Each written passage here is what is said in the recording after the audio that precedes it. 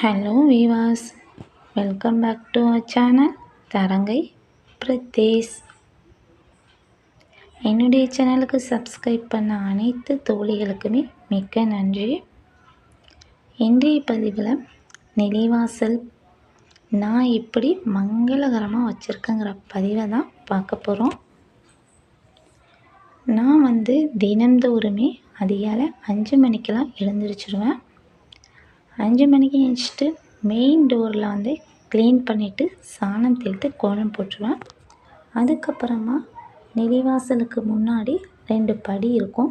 அந்த இடத்துலலாம் உப்பு தண்ணி கலந்து தெளிப்பேன். இந்த உப்பு தண்ணி எதிர்மறை ஆற்றலை ஈர்க்கக்கூடிய சக்தி அதிகமாகவே இருக்குது. அதனால் உப்பு தண்ணி கலந்து தெளிச்சுப்பேன். அதனோட மஞ்சள் தூளும் கலந்து தெளிக்கிறது ரொம்பவே சிறப்பு. நம்ம தினந்தோறுமே வாசலில் கோலம் போடுற அதிகமான ஒரு பாசிட்டிவ் எனர்ஜி மட்டும் தரதோடு இல்லாமல் வீடும் பார்க்க ரொம்ப மங்களகரமாகவே இருக்கும். நாம் நிலைவாசலை எந்த அளவுக்கு சுத்தமாக வச்சுருக்கோமோ நம்ம வீட்டில் மகாலட்சுமி முழுமையாக வாசம் செய்வாங்க. எந்த வீடு சுத்தமாக இருக்கோ அந்த வீட்டில் மகாலட்சுமி நிரந்தரமாகவே வாசம் செய்வதாக ஐதீகம் இருக்குது.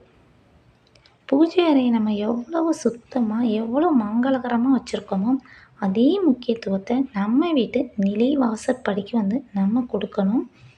ஏன்னு பார்த்தா குலதெய்வம் அந்த நிலையில் தான் வாசம் செய்வதாக ஐதீகமே இருக்குது.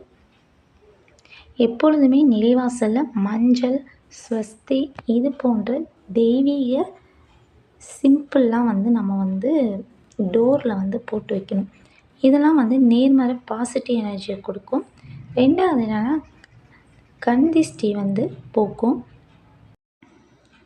கோலம் வீட்டுக்கு ஒரு முழுமையான ஒரு அழகை கொடுக்குதுன்னே சொல்லலாம்.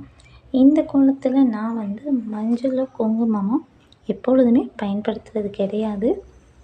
மங்களகரமான பொருள் காலில் மிதிப்படக்கூடாதுன்னு சொல்லிட்டு இதை பயன்படுத்தாமல் கலர் பொடி தான் அதுக்கு பதிலாக நான் எப்பொழுதுமே பயன்படுத்துவேன். பார்க்குறதுக்கு மஞ்சளும் குங்குமம் வச்சது போலவே ரொம்ப அழகாகவே தெரியும்.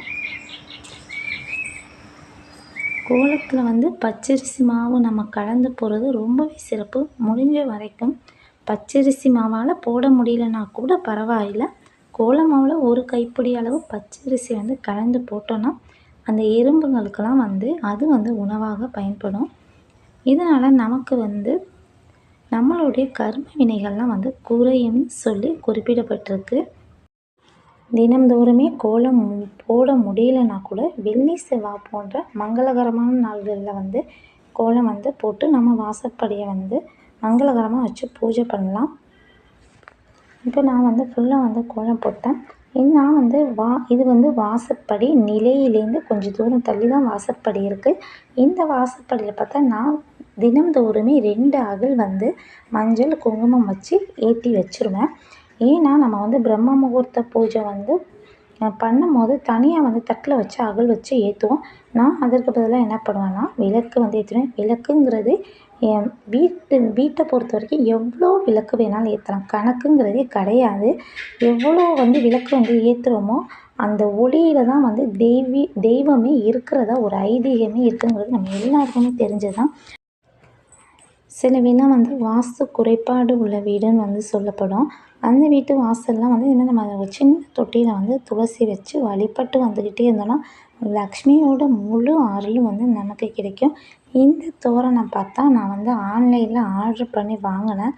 பார்க்கவே அவ்வளோ அழகாக இன்னும் அந்த நிலைக்கு அதிகமான ஒரு அழகை தர மாதிரி தோட்டம் எனக்கு ரொம்ப பிடிச்சிருந்துச்சி. பார்க்க ஒரு தெய்வீக தன்மையாகவும் இருந்துச்சு.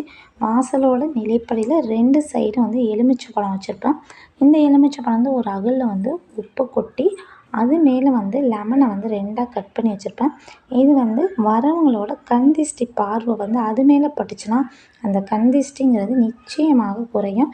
எனக்கு வாசற்படிக்கும் நிலைக்கும் கொஞ்சம் தூரம் இருக்கிற வாசி நான் இந்த இடத்துலையே பூஜைகள் முக்கால்வாசி பண்ணிவிட்டு நிலைவாசற்படியில் ஒரு பிள்ளையார் வச்சு அங்கே பக்கத்தில் ஒரு தீபம் ஏற்றிருப்பேன். இது வெளியில் கண் திஷ்டிக்காக பிள்ளையாரும், கண் திஷ்டிக்காக அந்த கண் திஷ்டி பொம்மை எல்லாம் இருக்குது.